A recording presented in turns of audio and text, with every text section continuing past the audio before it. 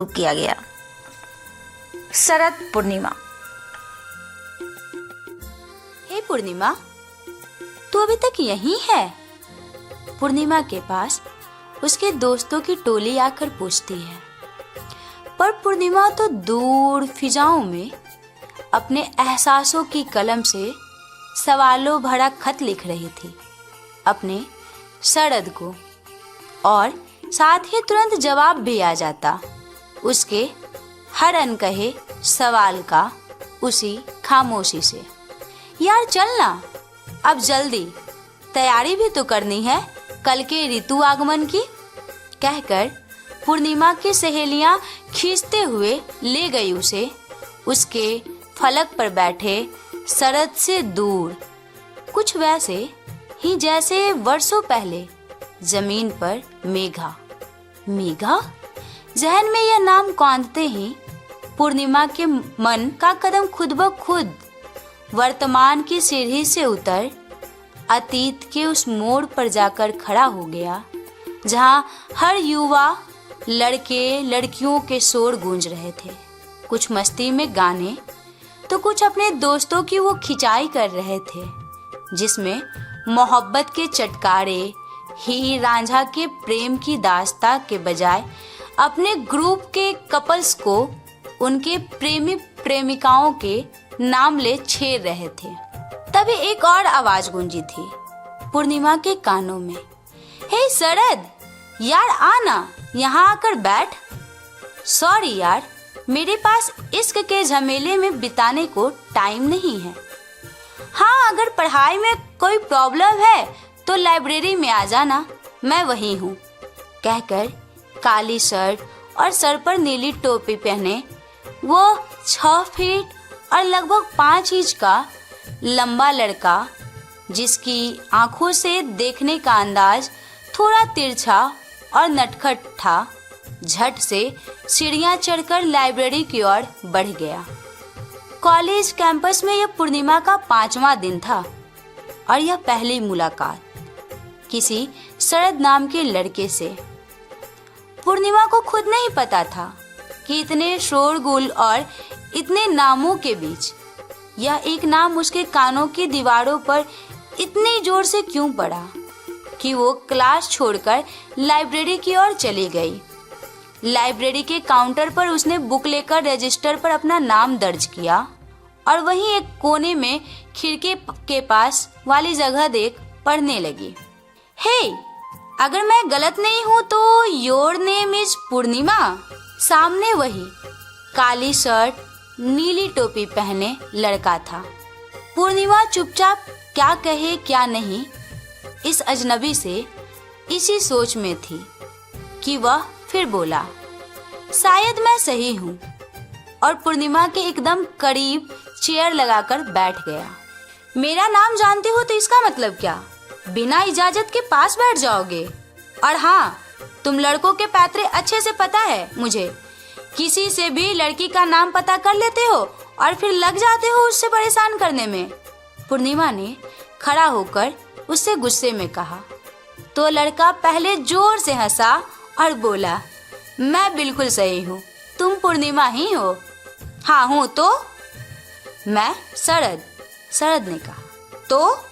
पूर्णिमा गुस्से से आंखें दिखाते हुए बोली, तो चले पेड़ पर बैठकर आइसक्रीम खाने? शरद थोड़ा और करीब आकर शरारती लहजे में मुस्कुराते हुए पूछता है और पूर्णिमा खुशी से शरद तुम कहकर उसके गले लग जाती है। वह उसका खास दोस्त था। गांव का हर पसंद नापसंद पूर्णिमा से थी। वर्षों बाद उसके सामने खड़ा था। उस दिन के बाद से तो शरद पूर्णिमा रोज मिलते, बचपन की यादें शरारतें फिर से दोहराते।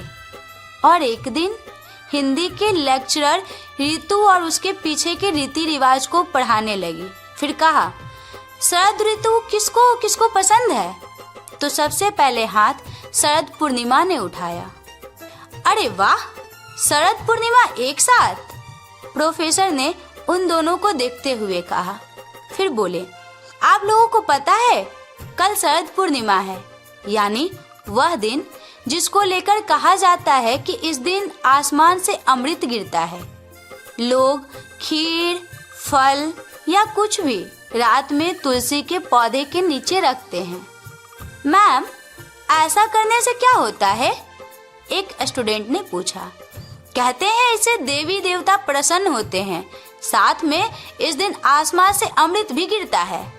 मैम, रात भर खाना खुला छोड़ेंगे तुलसी के सामने तो कीड़े मकोड़े या? एक स्टूडेंट पूछता है। सही कहा, इसलिए तो इसकी निगरानी करनी पड़ती है, या फिर अब के लोग 1 घंटा रखकर फिर हटा देते हैं, इत्यादि कई बातें। प्रोफेसर के बताने के बाद पूर्णिमा जैसे आसमान में उड़ने लगती है। बार बार उसके कानों में शरद पूर्णिमा शब्द गूंजते रहते हैं। वह चहकती है कि शरद और वह दोनों तो कब से एक थे, पर उसने गौर ही नहीं किया। उस दिन उसने तय किया कि वह भी शरद पूर्णिमा के दिन खीर रखेगी और पूरी रात जागेगी। चांद की रोशनी में तुलसी के पौधे के करीब अपने शरद के लिए अमृत और आशीर्वाद भरा वो प्रसाद पाने के लिए, जो सदियों और सदियों तक महफूज रखेगा उसके शरद को। दिन बीतते गए और किस्मत ने ऐसा खेल रचा कि शरद के ना चाहने पर भी मेघा को उसके घर वालों ने शरद की जीवन संगनी बना दिया। पूर्णिमा को यह सच जानकर कि शरद अब उसका नहीं मेघा का हो गया, एक पल को लगा कि पूछे भगवान से कि धरा पर रह रहे शरद पूर्णिमा एक क्यों नहीं हुए, क्यों उसकी ख्वाहिश अधूरी रही।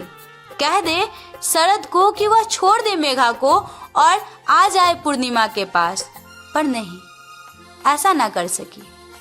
उसने खुशी खुशी मेघा और शरद को रहने दिया और खुद के मन में वापस उस शरद को जगा लिया जो उसके भीतर था, जिसे वो देख सकती थी, बातें कर सकती थी, हर पल खुश रह सकती थी।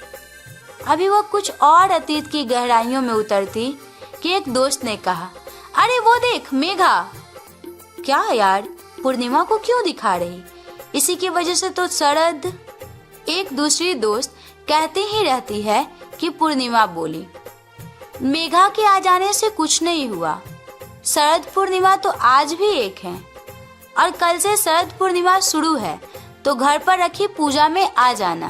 कहकर पूर्णिमा वापस खत लिखने बैठ जाती है, एहसासों की कलम से उसी फलक पर इस बार कोई सवाल नहीं, बल्कि मन की वो दास्ता जो इस वक्त मन कह रहा था।